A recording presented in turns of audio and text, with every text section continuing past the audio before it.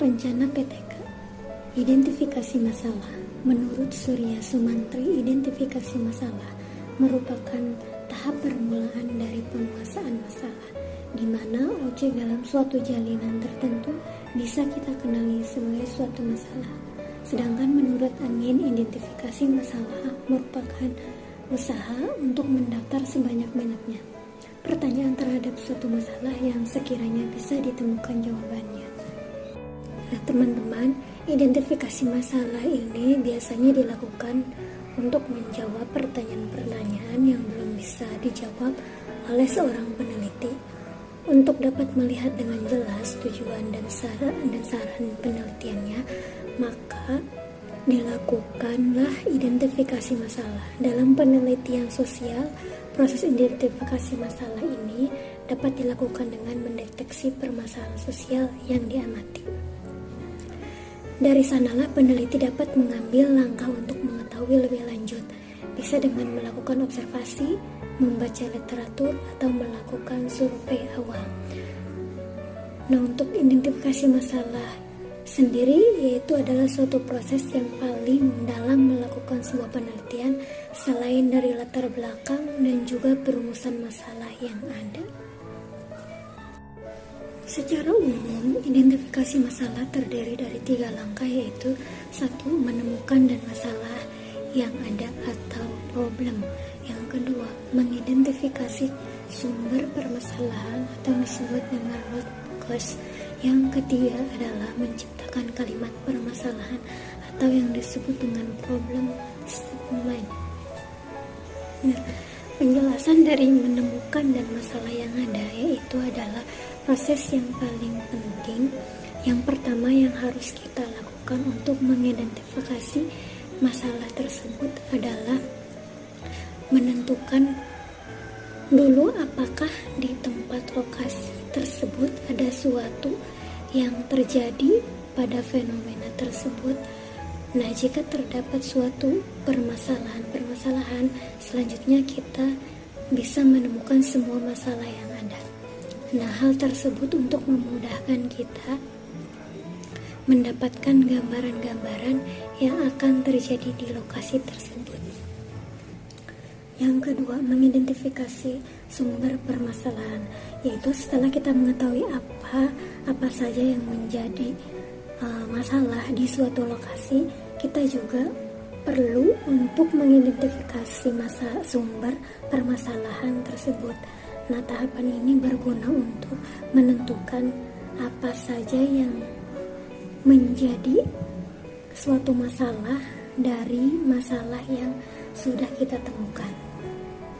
Untuk yang ketiga, menciptakan kalimat permasalahan, yaitu setelah kita menentukan masalah apa saja yang ada di suatu wilayah atau lokasi beserta akar masalahnya, maka kita juga harus merangkainya menjadi kalimat identifikasi permasalahan tersebut yang surut atau sering disebut juga sebagai kalimat isu. Selanjutnya yaitu ada beberapa hal yang bisa dijadikan sebagai sumber masalah. Yang pertama yaitu bacaan. Misal bisa berupa jurnal-jurnal penelitian atau buku-buku, atau bisa juga dengan bacaan dari media cetak. Yang kedua yaitu pertemuan ilmiah. Pertemuan ilmiah ini bisa berupa mengikuti seminar ataupun konferensi nasional dan lain sebagainya. Yang ketiga yaitu pernyataan pemegang kekuasaan atau otoritas. Nah, orang-orang yang memiliki kekuasaan biasanya dia sebagai tokoh utama atau seseorang yang diperhatikan oleh rakyat, sehingga apa yang dia ucapkan itu bisa menjadi salah satu sumber permasalahan ya. Di sini pemegang otoritasnya dapat mencakup aspek formal dan non-formal. Yang selanjutnya yaitu yang bisa dijadikan masalah adalah observasi atau pengamatan. Pengamatan ini bisa berupa pengamatan observasi yang direncanakan ataupun yang tidak direncanakan. Misal ketika yang tidak direncanakan, misal ketika seorang guru sedang mengajar, beliau menemukan suatu permasalahan di kelas, permasalahan pada anak didiknya ketika dalam pembelajaran. Yang kelima yaitu wawancara dan angket. Nah, di sini bisa mencari permasalahan melalui wawancara. Misal kita mewawancarai suatu masyarakat, nah di sana kita bisa mencari tahu suatu kondisi atau sesuatu yang sedang dialami oleh masyarakat. Yang keenam yaitu melalui pengalaman. Misal pengalaman dari seseorang ataupun dari orang lain. Nah, itu juga bisa dijadikan suatu sumber masalah. Yang selanjutnya yaitu yang terakhir, intuisi. Nah, secara intuisif manusia dapat melahirkan suatu masalah. Artinya masalah penelitian tersebut muncul dalam pikiran manusia pada saat-saat yang tidak direncanakan. Selanjutnya yaitu beberapa fungsi dari identifikasi masalah. Yang pertama yaitu sebagai bentuk dorongan agar suatu kegiatan penelitian dapat dilakukan. Selanjutnya yaitu perumusan dapat dilakukan dengan pengembangan sehingga mendapatkan wawasan baru. Selanjutnya yaitu mempermudah untuk menentukan mana saja yang harus diprioritaskan atau diutamakan dan mana yang hanya akan menjadi pelengkap saja. Dan yang terakhir yaitu tahu apa saja yang harus dibahas, apa saja yang harus diselesaikan sehingga menjadi suatu karya hasil ataupun wawasan baru. Selanjutnya saya akan membahas tentang analisis dan perumusan masalah. Dalam penelitian tindakan kelas pasti diawali dengan karena adanya masalah yang dirasa oleh guru. Misalkan guru menemukan suatu permasalahan nih di kelas. Nah, setelah masalahnya teridentifikasi, pasti akan muncul pertanyaan apakah permasalahan ini dapat diselesaikan dengan penelitian tindakan kelas, atau pertanyaan apakah permasalahan ini layak diselesaikan oleh penelitian dengan penelitian tindakan kelas. Selanjutnya ada beberapa bidang yang layak dijadikan fokus PTK. Pertama yaitu melibatkan kegiatan belajar mengajar. Yang kedua yaitu mungkin ditangani oleh guru. Yang ketiga yaitu sangat menarik minat guru. Dan yang keempat yaitu ingin diubah atau diperbaiki oleh guru.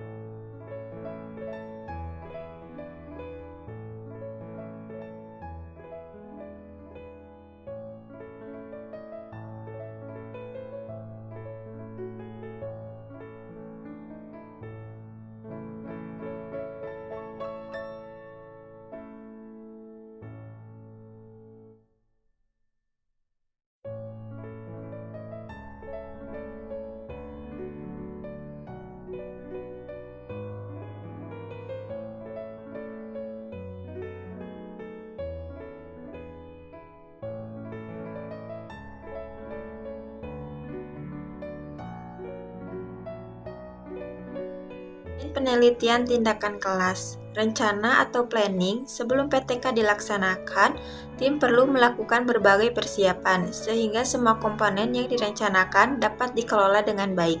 Langkah-langkah persiapan yang perlu ditempuh itu adalah sebagai berikut. Yang pertama, membuat rencana pembelajaran beserta skenario. Pembelajaran yang berisikan langkah-langkah yang dilakukan guru di samping bentuk-bentuk kegiatan yang dilakukan siswa dalam rangka implementasi tindakan perbaikan yang telah direncanakan. Yang kedua, mempersiapkan fasilitas dan sarana pendukung yang diperlukan di kelas, seperti lembar kerja siswa, gambar-gambar, dan alat peraga. Kemudian yang ketiga, mempersiapkan cara merekam dan menganalisis data mengenai proses dan hasil tindakan perbaikan, kalau perlu juga dalam bentuk pelatihan-pelatihan.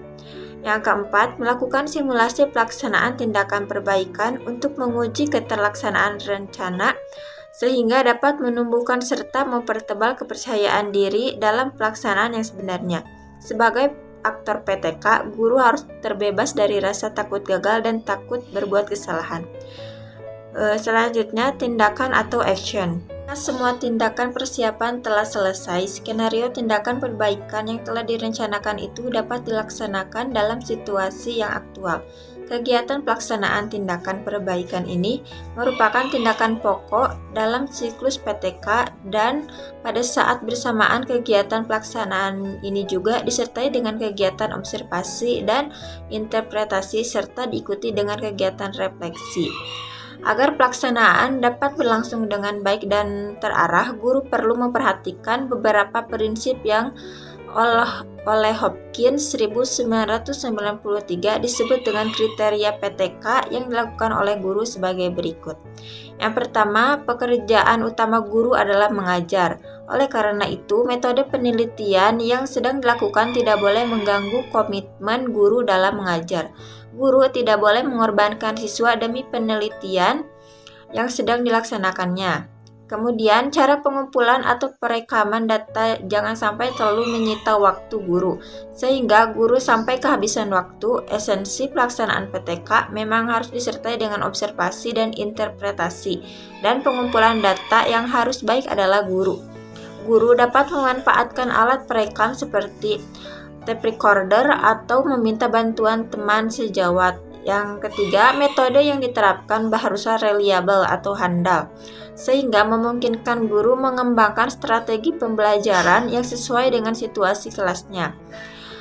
Kemudian, masalah yang ditangani guru haruslah sesuai dengan kemampuan dan komitmen guru. Kemudian, sebagai peneliti, guru harus memperhatikan berbagai aturan atau etika yang terkait dengan tugas-tugasnya. Dan yang terakhir, PTK harus mendapatkan dukungan dari seluruh personil sekolah. Artinya, semua personil sekolah harus punya persepsi yang benar tentang PTK dan apa yang ingin dicapai melalui PTK. Dalam pelaksanaan PTK, observasi dan interpretasi terhadap proses dan hasil belajar harus dilaksanakan secara bersamaan. Lalu di sini ada pengamatan atau observation. Observasi adalah segala upaya merekam segala peristiwa dan kegiatan yang terjadi selama tindakan itu berlangsung dengan atau tanpa alat bantu. Dalam PTK, yang diobservasi adalah tindakan guru menerapkan pembelajaran yang baru beserta respon siswa dalam mengikuti pelajaran itu. Observasi dilakukan pada semua kegiatan yang ditunjukkan untuk mengenali, merekam, dan mendokumentasikan setiap indikator dari proses dan hasil yang dicapai, baik yang ditimbulkan oleh tindakan terencana maupun akibat sampingan. Kegiatan observasi atau monitoring dapat dilakukan sendiri oleh peneliti atau kolaborator yang memang diberi tugas untuk hal itu. Pada saat monitoring pengamatan, haruslah mencatat semua peristiwa atau hal yang terjadi di kelas yang dilakukan PTK. Fungsi diadakannya observasi pada penelitian tindakan dapat dibedakan menjadi dua, yaitu yang pertama, untuk mengetahui kesesuaian pelaksanaan tindakan dengan rencana tindakan yang telah disusun dapat diharapkan akan menghasilkan perubahan ke arah yang diinginkan. Yang kedua, data yang terkumpul saat observasi secepatnya dianalisis dan diinterpretasi, sehingga akan segera diketahui apakah tindakan yang dilakukan telah mencapai tujuan. Interpretasi atau pemaknaan hasil observasi ini menjadi dasar untuk melakukan evaluasi, sehingga dapat disusun langkah berikutnya dalam pelaksanaan tindakan. Selanjutnya, saya Yolana akan menjelaskan analisis kelayakan pemecahan masalah. Setelah menetapkan alternatif hipotesis yang sudah direncanakan, selanjutnya kita perlu dikaji kembali kelayakan, apakah hipotesis itu sudah layak untuk dilakukan atau belum gitu. Karena kelayakannya itu dikaitkan dengan kemungkinan pelaksanaannya. Yang pertama itu kemampuan dan komitmen guru sebagai aktor. Jadi guru adalah aktor dari terjadinya atau lancarnya proses kegiatan PTK, sehingga kemampuan dan komitmen guru juga harus dipersiapkan dan harus memang benar-benar sudah siap untuk melakukan PTK. Terus kemudian kemampuan dan kondisi fisik siswa. Apakah siswa itu fisiknya sehat ataukah sakit ataukah dan lain sebagainya, ada kendala. Kemudian kemampuannya, apakah mampu siap untuk melakukan PTK. Karena melakukan PTK kalau misalnya siswa-siswanya banyak yang sedang tidak berangkat, hanya sedikit yang berangkat atau hanya sedikit yang masuk sekolah, itu kan jadinya proses PTK-nya tersebut tidak menghasilkan hasil yang sempurna gitu.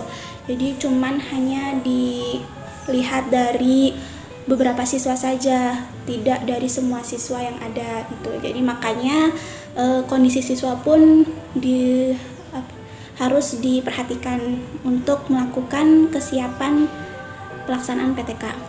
Kemudian yang ketiga yaitu ketersediaan sarana atau fasilitas.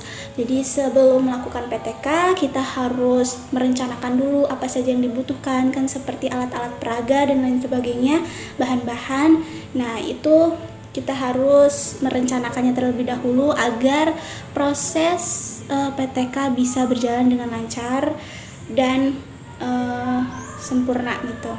Selanjutnya iklim belajar dari iklim belajar dan iklim kerja di sekolah. Nah, ini juga termasuk salah satu penunjang lancarnya PTK ya, itu iklim belajar dan iklim kerja di sekolah. Jadi jadwalnya harus memang terstruktur dan pokoknya semuanya itu harus dipersiapkan.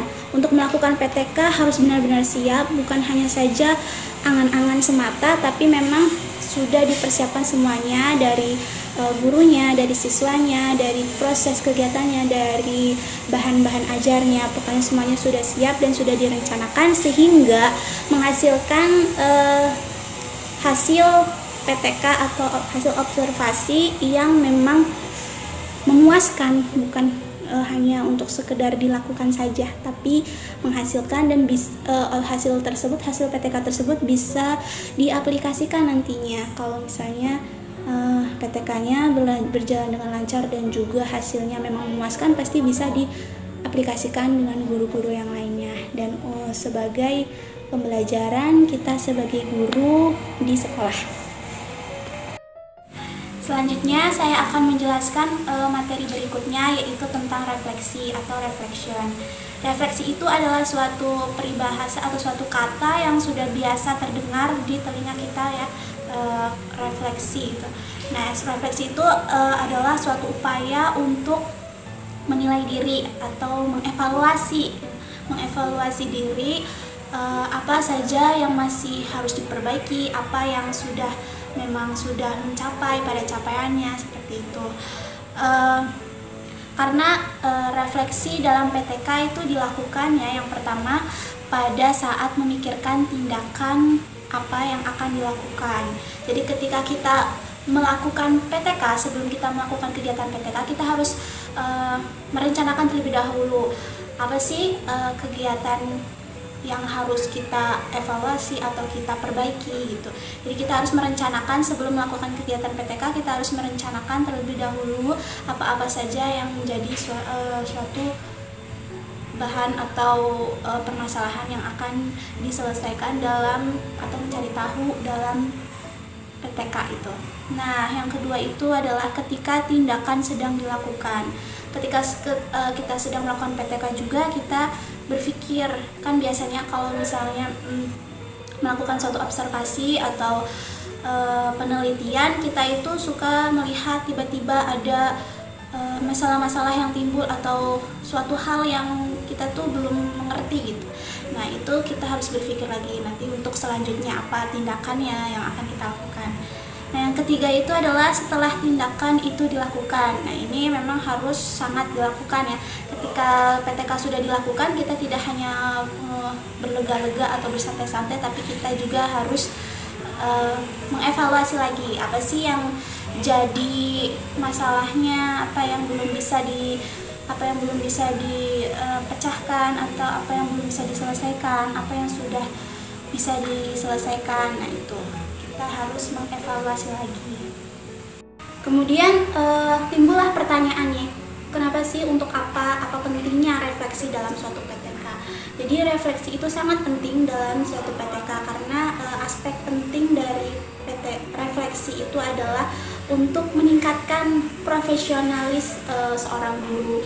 Jadi kita sebagai seorang guru juga harus profesional, bukan hanya berangkat mengajar, juga harus memiliki visi misi menjadi seorang guru untuk mencerdaskan anak didik kita sampai di kemudian hari, bukan hanya asal mengajarkan supaya bisa baca, tulis, dan berhitung ya, tapi juga moral dan akhlaknya seperti itu.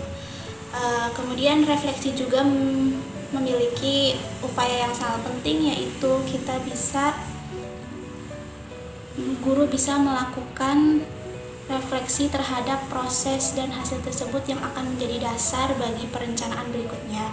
Jadi kita bisa merencanakan kegiatan selanjutnya, apa yang harus diteliti lagi, apa yang harus diperbaiki lagi setelah kita melakukan refleksi. Hal-hal yang belum tercapai ketika kita melakukan PTK, kita evaluasi dan kita akan cari tahu kembali di selanjutnya, seperti itu. Kemudian selanjutnya yaitu implementasi penelitian tindakan kelas. Itu ada 6 poin. Yang pertama itu mulai dengan masalah yang kecil. Jadi kita mengimplementasikan implementasi PTK dari masalah-masalah yang kecil terlebih dahulu. Karena masalah yang kecil juga kalau tertumpuk bisa menjadi masalah yang besar ya. Kemudian yang kedua, merencanakan penelitian tindakan secara cermat. Kita sebelum melakukan penelitian, kita harus benar-benar mempersiapkan semuanya dengan betul-betul dan baik. Tidak sembarang meneliti ya, sehingga kita prosedurnya, alurnya bisa berjalan dengan baik dan enak gitu. Kalau misalnya belum ada persiapan yang matang, pasti kita akan merasa seperti amburadul gitu, acak-acakan dalam melakukan penelitian itu. Kemudian yang ketiga, menyusun jadwal secara realistis. Nah, jadwal ini juga kita harus jadwal yang realita ya, yang kenyataan. Nah, jadwalnya memang ketika PTK kan kita guru. Nah, kita melakukan PTK di sekolah ketika pada saat jam pelajaran sekolah atau pada saat kegiatan sekolah itu aktif. Kemudian selanjutnya melibatkan pihak lain yang terkait. Jadi kita melibatkan pihak lain, maksudnya mengajak kolaborasi ya dengan yang lain, terus kemudian melibatkan peserta didik, melibatkan kepala sekolah. Kita juga harus izin terlebih dahulu ya, agar semua prosesnya berjalan dengan lancar dan tanpa ada salah satu pihak yang keberatan. Nah, selanjutnya itu adalah menciptakan sistem umpan balik. Untuk PTK ini bukan hanya untuk diri sendiri ya, kita ini hasilnya, tapi untuk orang lain juga. Jadi kita berusaha untuk bisa menimbulkan umpan balik dari pada yang lain gitu, dari orang-orang lain, bisa berkomentar ataupun memberikan kritikan dan saran, masukan ataupun pujian dan lain sebagainya. Kemudian selanjutnya membuat jadwal pelaporan hasil penelitian. Ketika setelah melakukan penelitian, kita pun harus membuat jadwal pelaporannya ya. Kita harus merealisasikannya dan kayak sharing itu kepada guru-guru yang lainnya juga.